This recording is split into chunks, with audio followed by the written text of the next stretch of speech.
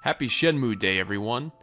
This is the last Shenmue Day before Shenmue 3 releases, and just thinking about that made me kind of want to record my thoughts on something.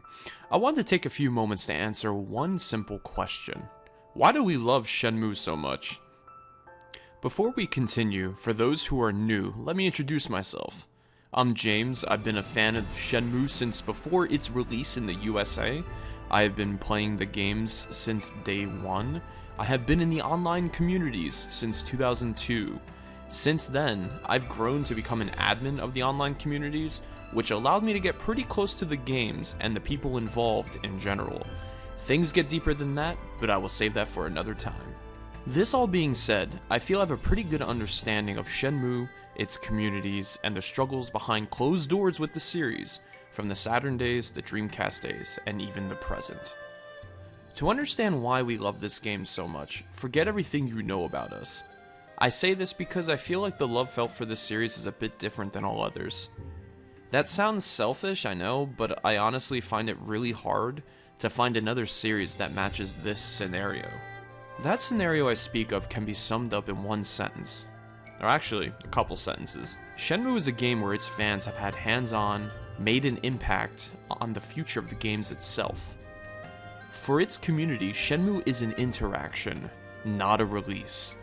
The purity of the games comes from, for lack of a better term, the symbiotic and psychosemantic relationship between the screaming passion of the fans and the game's legacy and continuation. To get a better understanding of this, let's go far back into the past, back to 1999. Shenmue was being shown to Western audiences in magazine form. This game was just beautiful, the graphics blew our minds. For me personally, I had a feeling this game would be special. And for me, at like age 10, that's a very big concept to grasp. Cut to the game's release, and we were shown a new genre most of us have never seen before. A real-life world that felt like home. For me personally, Yokosuka and Shenmue felt more like a home to me than my actual place of residence at the time. That is a very powerful connection that no other game has matched to this day. Sounds crazy to some, I know, but that is the truth. Short and sweet, that description, but times that by all the fans, and you have the ingredients for a powerful movement of a community.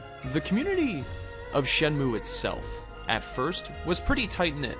We all knew each other on Shenmue Dojo, or at the time, it was actually called shenmue.planets.gamespy.com.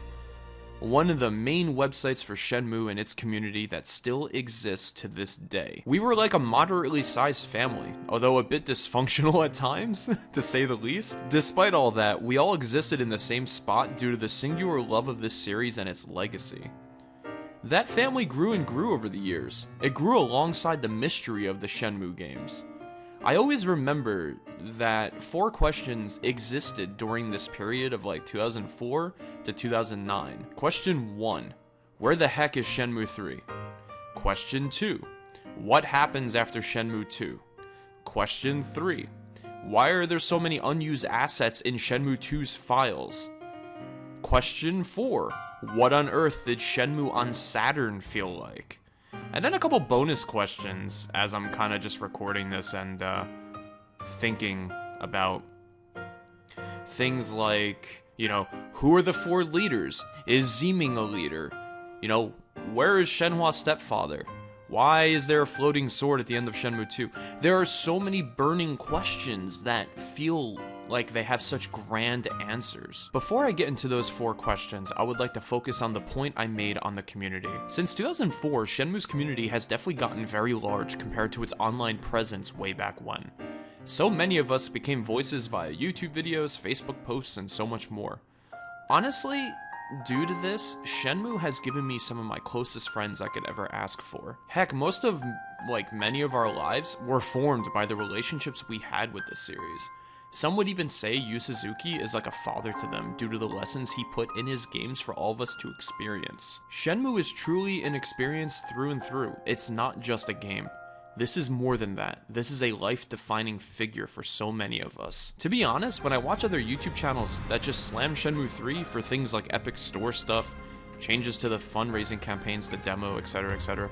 I'm just like, you really don't understand. Those who feel this way that I explained don't care about that. We care more about the symbolic meaning behind why Shenmue 3 exists. That is the message I hope to send with this series. And as always, thanks for watching.